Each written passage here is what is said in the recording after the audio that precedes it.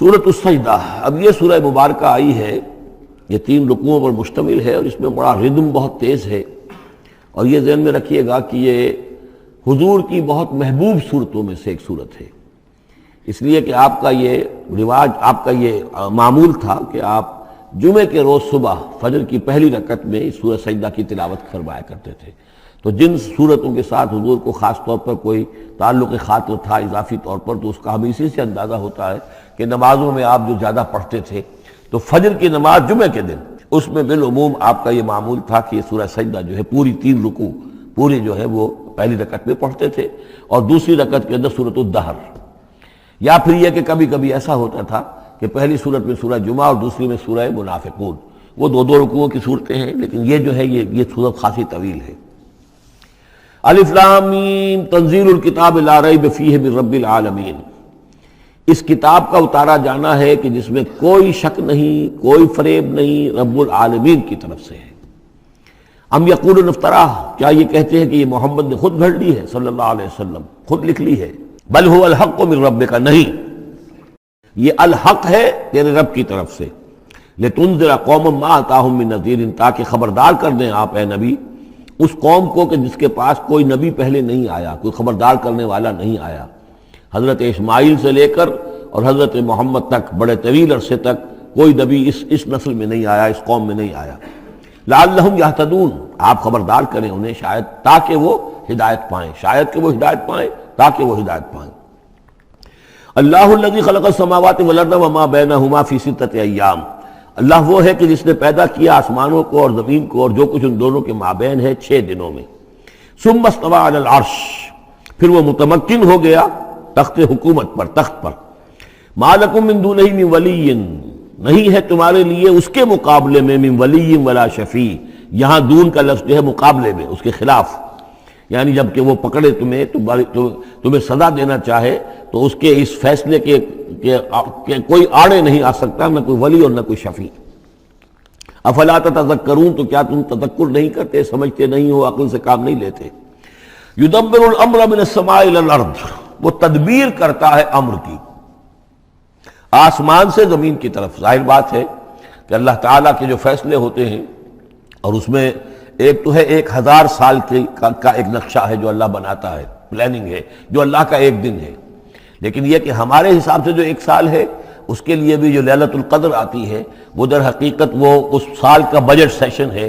کہ اس 100,000 سال میں سے اس سال کے اندر کیا کیا ہونا ہے۔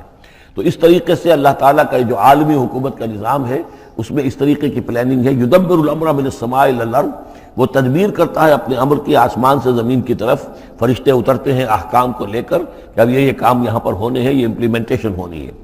ثم یعرج الیہ، پھر وہ چڑھتا ہے اس کی جانب،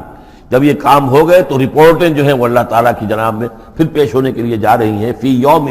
اور یہ سارا معاملہ ہے ایک دن میں، مقدارہ 1000 سنۃ مما تعدون، جس کی مقدار ہے تمہارے حساب سے جو تم گنتی کرتے ہو تو 1000 برس۔ اب یہ سورہ حج میں بھی یہ آیت آ چکی ہے، ان یوما عند ربک کالف سنۃ مما تعدون،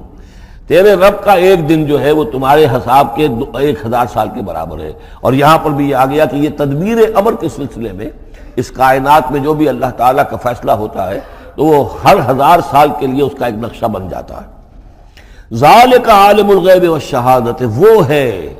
وہ ہستی ہے جاننے والی ہر چھپی چیز کی اور ہر سامنے کی چیز کی، العزیز جو زبردست ہے، الرحیم رحم فرمانے والی ہے۔ الذی احسن کل شیء، جس نے کہ جو شے بنائی، کل شیء خلقہ، جو شے بھی اس نے بنائی بہت خوبصورت بنائی، بہت عمدہ بنائی، اس کی خلقت میں کوئی نقص تم نہیں دکھا سکتے، کہیں کوئی کوتاہی نہیں دکھا سکتے۔ وبدأ خلق الانسان من طین، اور انسان کی تخلیق کا آغاز کیا گارے سے۔ یہ تخلیق کا آغاز تو گارے سے ہوا، یا تو یہ کہ وہ آدم کی تخلیق جو ہے وہ جو جن مراحل سے ہو کر گزری ہے تو ہم کئی دفعہ دیکھ چکے ہیں، یا جیسے کہ میں نے سورہ مومنون کے شروع میں عرض کیا کہ خود ہر انسان کی بھی جو تخلیق ہو رہی ہے اس کا بھی اصل تو جو ہے کہ باپ کے جسم میں جو نطفہ بن رہا ہے تو وہ بھی تو ظاہر بات ہے کہ زمینی جو غذا ہیں اور وہ مٹی ہی کی کشید جو ہے وہی چیزیں ہیں کہ جس کے ذریعے سے وہ اس کا نطفہ بنتا ہے۔ لیکن اس کے بعد ثم جعل نسلہ من سلالۃ من ماء مہین، پھر یہ جو نسل چلی ہے آدم کی علیہ الصلوۃ والسلام، اب یہ چلی ہے اس بے قدر پانی کی کہ نچڑا ہوا پانی جو ہے سلالۃ من ماء مہین، اس سے اب یہ نسل آگے چل رہی ہے۔ پہلا مرحلہ آدم کا، مٹی سے آدم تک، اب آدم سے آگے جو تناسل کا معاملہ چل رہا ہے، نوع انسانی کا ریپروڈکشن جس نظام سے ہو رہی ہے، اس کا یہ نسل جو ہے اس میں یہ ذریعہ بن رہا ہے۔ ثم سواہ ونفخ فیہ من روحہ، اب یہاں سما جو آ رہا ہے گویا کہ نسل انسانی میں سے جو بھی کوئی ایک بچہ جو ہے اس کو اللہ تعالیٰ اس کی نوک پلک سنوار دیتا ہے، ونفخ فیہ من روحہ، اور اس میں پھر پھونکتا ہے اپنی روح میں سے۔ یہ میں عرض کر چکا ہوں کہ یہ حدیث نبوی سے جو بڑی پختہ حدیث ہے حضرت عبداللہ ابن مسعود رضی اللہ تعالیٰ عنہ سے، اس میں یہ ہے کہ 40 دن نطفے کی شکل ہے، 40 دن مضغہ ہے، بلکہ درمیان میں علقہ ہے، اور پھر 120 دن کے بعد اللہ تعالیٰ فرشتے کو بھیجتا ہے جو اس میں روح پھونکتا ہے۔ وَنَفَخَ فِيهِ مِن رُوحِهِ وَجَعَلَ لَكُمُ السَّمْعَ وَالْأَبْصَارَ وَالْأَفْئِدَةَ، اور اس نے تمہارے لیے بنا دیے ہیں کان بھی اور آنکھیں بھی، اور تمہیں عقل بھی دی ہے، یا دل بھی، جو بھی چاہے کہہ لیں، اس لیے کہ دل کی بھی ایک عقل ہے اور ایک عقل حیوانی ہے۔ قَلِيلًا مَا تَشْكُرُونَ، بہت ہی کم ہے جو شکر تم کرتے ہو۔ وَقَالُوا إِذَا ضَلَلْنَا فِي الْأَرْضِ أَإِنَّا لَفِي خَلْقٍ جَدِيدٍ، اور یہ کہتے ہیں کہ جب ہم زمین میں گم ہو جائیں گے، رل مل جائیں گے، مٹی ہو کر مٹی میں مل جائیں گے، تحلیل ہو جائیں گے، اور آج کا کوئی نوجوان کہے گا جب کہ اس کے تو ایٹم جو ہے وہ بھی منتشر ہو گئے، اس کے الیکٹرانز بھی پتہ نہیں کہاں سے کہاں گئے، اب اسی کے جسم سے کھاد بن گئی ہے، وہ اس کا جسم کھاد بن گیا ہے، اور وہ کھاد جو ہے وہ پلانٹس کے اندر آ گئی ہے، اور وہ پلانٹس جو ہیں وہ بکری نے کھا لیے ہیں، اور بکری سے کہیں سے کہاں پہنچ گئے، کیسے جمع ہوں گے اس کے اجزاء۔ وَقَالُوا إِذَا ضَلَلْنَا فِي الْأَرْضِ، جب ہم زمین کے اندر گم ہو جائیں گے، کھوئے جائیں گے، أَإِنَّا لَفِي خَلْقٍ جَدِيدٍ، کیا پھر ہمیں ایک نئی تخلیق جو ہے عطا ہو جائے گی۔ بل ہم بلقاء ربہم کافرون، حقیقت میں یہ اپنے رب کی ملاقات کا انکار کر رہے ہیں، کیونکہ انہیں معلوم ہے کہ ان کے کرتوت کیا ہیں۔ ظاہر بات ہے جس کے دل کے اندر اللہ کے لیے خلوص اور محبت ہے، اور دل را بدل رہیس، تو اسے یہ بھی یقین ہوگا میرا پروردگار بھی مجھ پر شفقت فرمائے گا، رحم فرمائے گا۔ آپ اگر مخلص ہیں اللہ کے ساتھ تو اللہ تعالیٰ کی طرف سے بھی رحمت کی امید ہوگی، تو پھر تو انسان ملنا چاہے گا۔ یہ لوگ انکار کرنا چاہتے ہیں اللہ سے ملاقات کا، اعتراض یہ کر رہے ہیں کیسے ہو سکتا ہے، کیسے پیدا ہو سکتے ہیں، حالانکہ بے وقوف یہ دیکھیں کہ اگر تمہیں وہ پہلی مرتبہ پیدا کر سکتا ہے تو دوبارہ پیدا کرنا کیسے مشکل ہوگا۔ تو تمہیں پہلے بھی پیدا کیا، زمین ہی سے اجزاء آئے ہیں، سارے ایٹمز وہیں سے آئے ہیں، وہیں سے ہو کر تمہارے وجود جو ہے وہ بنا ہے۔ قُلْ يَتَوَفَّاكُم مَلَكُ الْمَوْتِ الَّذِي وُكِّلَ بِكُم، کہہ دیجئے کہ تمہیں قبض کر لے گا وہ فرشتہ جو موت کا فرشتہ ہے، جو تم پر مقرر کر دیا گیا ہے۔ ثُمَّ إِلَىٰ رَبِّكُمْ تُرْجَعُونَ، پھر تم اپنے رب کی طرف لوٹا دیے جاؤ گے۔ وَلَوْ تَرَىٰ إِذِ الْمُجْرِمُونَ نَاكِسُو رُءُوسِهِمْ، اور کاش کہ تم دیکھ سکو وہ منظر جبکہ یہ مجرم کھڑے ہوں گے سر ڈالے ہوئے اپنے پروردگار کے سامنے۔ ربنا ابصرنا وسمعنا، وہ کہیں گے پروردگار اب ہم نے دیکھ لیا، حقیقت ہم پر منکشف ہو گئی، اب ہم نے سن لیا، ہر بات جو ہے ہم نے پا لی۔ فرجعنا، تو ایک دفعہ ہمیں دنیا میں لوٹا دے،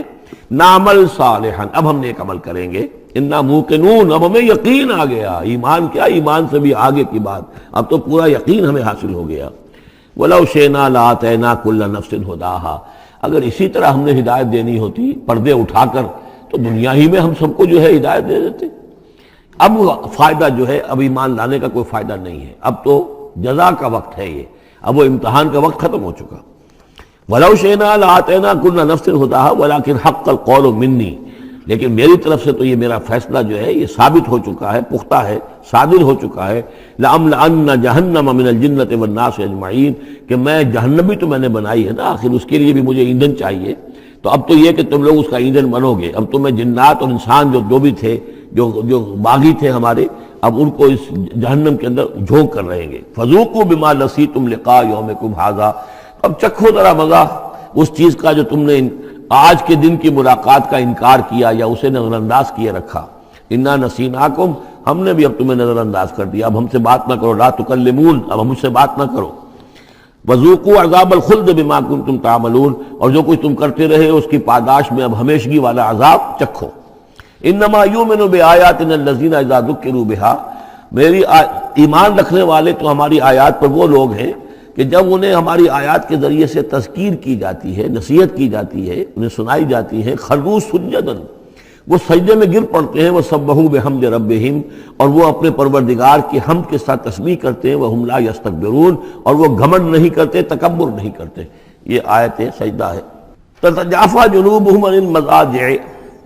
رات کے اوقات میں ان کے پہلو بستروں سے دور رہتے ہیں، علیحدہ رہتے ہیں، رات کو یبیتون لربہم سجدا وقیاما۔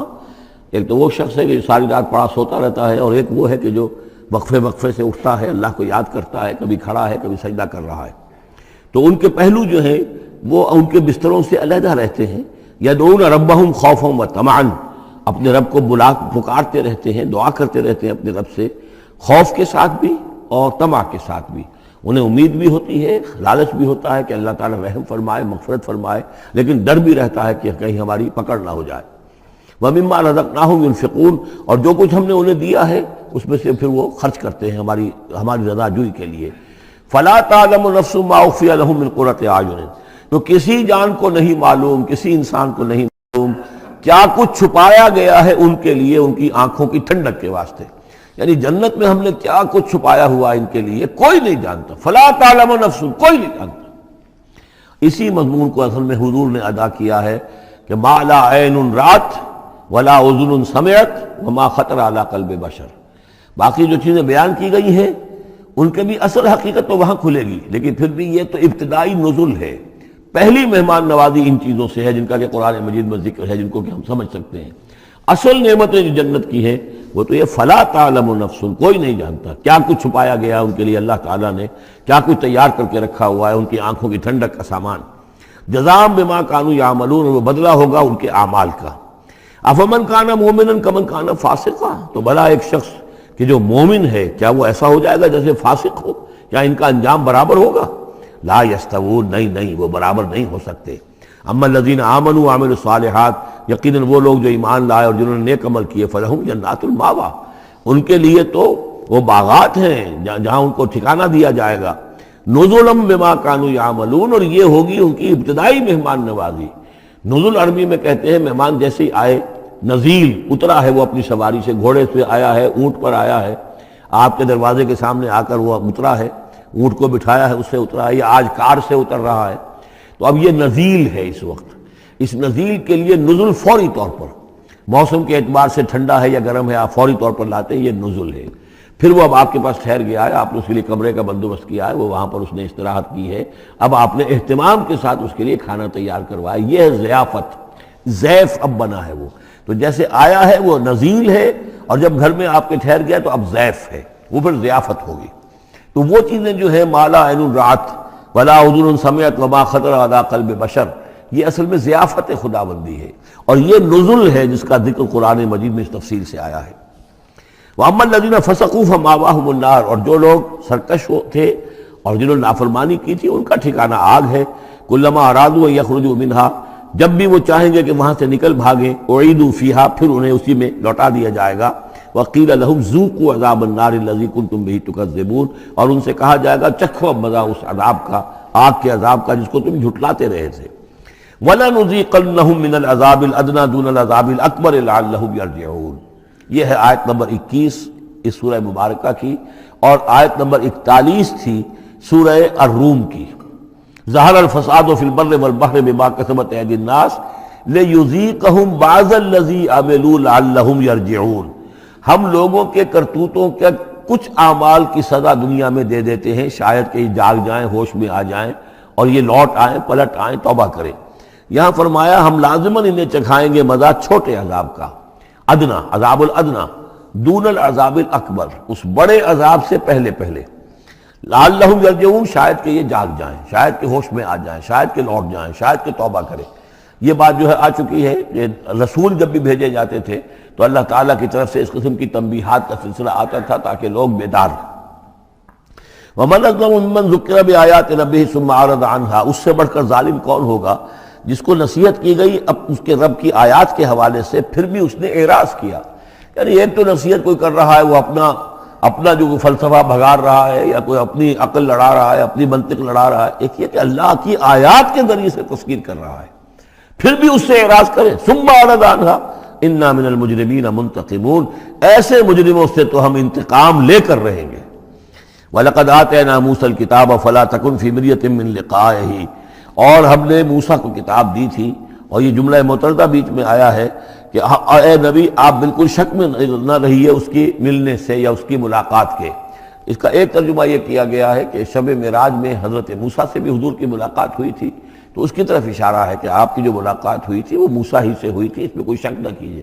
لیکن زیادہ جو قرین قیاس ہے اور جو سیاق و سباق کے ساتھ مناسبت رکھتا ہے وہ یہ ہے، تو اے نبی آپ بالکل کوئی شک نہ رکھیں اس بات میں کہ جو کتاب موسیٰ کو دی گئی تھی وہ واقعتاً اللہ کی طرف سے تھی، کتاب کا ملنا اللہ کی طرف سے تھا، اور اس قرآن کا ملنا جو آپ کو ملی ہے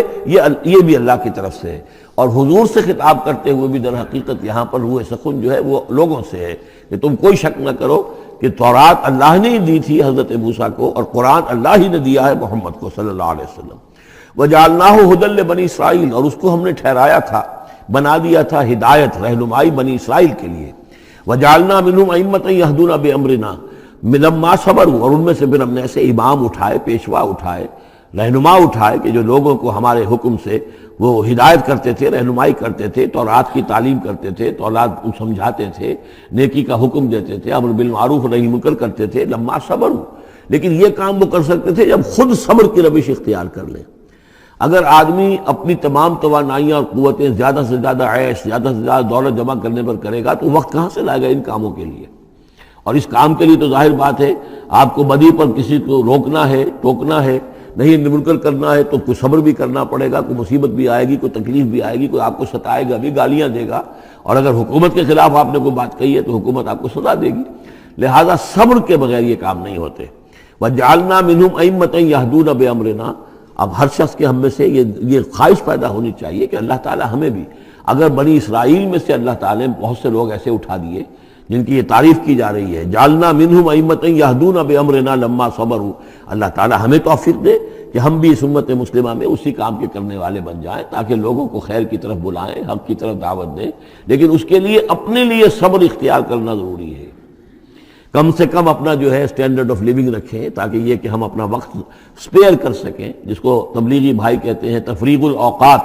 اوقات فارغ نہیں کریں گے اپنے، سارا وقت تو لگا ہوا ہے آپ پیسہ کمانے میں، اس لیے کہ اس کے ایک خاص قسم کا معیار زندگی بنا لیا ہے، اور اس کو مینٹین کرنے کے لیے اب جتنا کچھ آپ کو چاہیے، اب دن رات ایک کریں گے تو آپ اپنے اس معیار زندگی کو مینٹین کر سکتے ہیں۔ گویا کہ اب ہم اس معیار زندگی کو پوج رہے ہیں، ہمارے پاس اب وقت ہی نہیں ہے، صلاحیت کہاں لگائیں، کس وقت میں لگائیں، کیا کام کریں۔ لیکن صبر کی روش ہوگی اور پھر قرآن مجید کے ساتھ وہ تعلق ہوگا تو پھر انشاءاللہ تعالیٰ اللہ تعالیٰ نے انسان میں بڑی صلاحیتیں رکھی ہیں، بڑی قوتیں رکھی ہیں، مسجود ملائک بنایا ہے، اللہ کے کریشن کا کلائمیکس ہے یہ، تو اللہ تعالیٰ کی یوں سمجھیے کہ تخلیق کا نقطۂ عروج ہے، تو اس کے اندر صلاحیتیں ہیں۔ آدمی ارادہ کر لے، ہمت کرے، فیصلہ کر لے تو پھر یہ کہ اللہ تعالیٰ جو ہے اس کے لیے راستے کھول دیتا ہے۔ وَجَعَلْنَا مِنْهُمْ أَئِمَّةً يَهْدُونَ بِأَمْرِنَا لَمَّا صَبَرُوا وَكَانُوا بِآيَاتِنَا يُوقِنُونَ، ایک تو یہ کہ صبر کریں اور ہماری آیات کے اوپر پورا یقین ہو۔ إِنَّ رَبَّكَ هُوَ يَفْصِلُ بَيْنَهُمْ يَوْمَ الْقِيَامَةِ فِيمَا كَانُوا فِيهِ يَخْتَلِفُونَ، یقیناً آپ کا رب فیصلہ کرے گا ان کے مابین قیامت کے دن ان تمام چیزوں میں جن میں یہ اختلاف کر رہے تھے۔ أَوَلَمْ يَهْدِ لَهُمْ كَمَا أَهْلَكْنَا مِنْ قَبْلِهِمْ مِنَ الْقُرُونِ يَمْشُونَ فِي مَسَاكِنِهِمْ، کیا ان کے لیے یہ بات کافی نہیں ہوئی، ان کی رہنمائی کے لیے، ان کو سبق دکھانے کے لیے کہ ان سے پہلے ہم نے کتنی ہی بستیوں کو اور کتنی ہی نسلوں کو جو ہے ہلاک کیا ہے،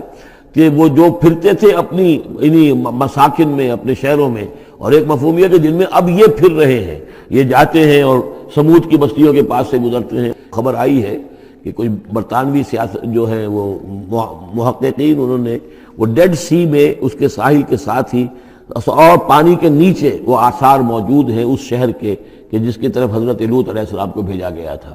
تو خبر میں یہ ہے کہ قرآن اور تورات کی جو بات ہے اس کی تصدیق ہو گئی ہے، لیکن وہ بستی جو ہے پہلے بھی میرا گمان یہی تھا کہ وہ جو ہے اصل میں سمندر کے اندر آ چکی ہے، اور شاید اسی لیے ڈیڈ سی اس کا نام ہو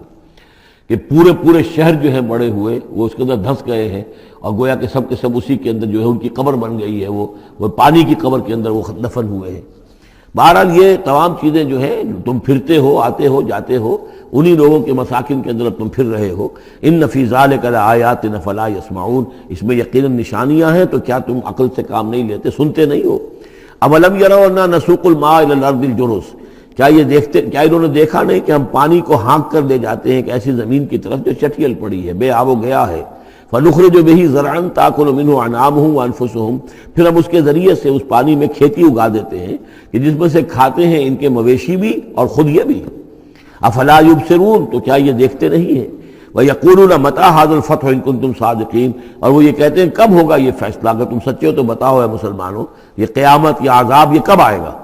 قُلْ يَوْمَ الْفَتْحِ لَا يَنفَعُ الَّذِينَ كَفَرُوا إِيمَانُهُمْ، کہہ دیجئے وہ جو فیصلے کا دن ہوگا پھر اس دن کافروں کا ایمان لانا ان کے لیے ہرگز مفید نہیں ہوگا۔ ایمان لانا غیب میں اب، جبکہ وہ حقائق جو ہیں وہ غیب کے پردے میں چھپے ہوئے ہیں، تب وہ مفید، لیکن جب فیصلہ ہو جائے گا اور جب تمام حقائق جو ہیں وہ نگاہوں کے سامنے آ جائیں گے، یوم الفتح لا ينفع الذین کفروا ایمانہم ولا هم ینظرون، اور پھر انہیں کوئی مہلت نہیں ملے گی کہ اب وہ کوئی توبہ کر لیں یا کوئی اپنی اصلاح کر لیں۔ فاعرض عنہم، تو اے نبی آپ ان سے اعراض فرمائیے، ان سے درگزر کیجئے، ان کی باتوں پر زیادہ نہ جائیے۔ منتظر انہم منتظرون، آپ بھی انتظار کیجئے اور یہ بھی انتظار کر رہے ہیں۔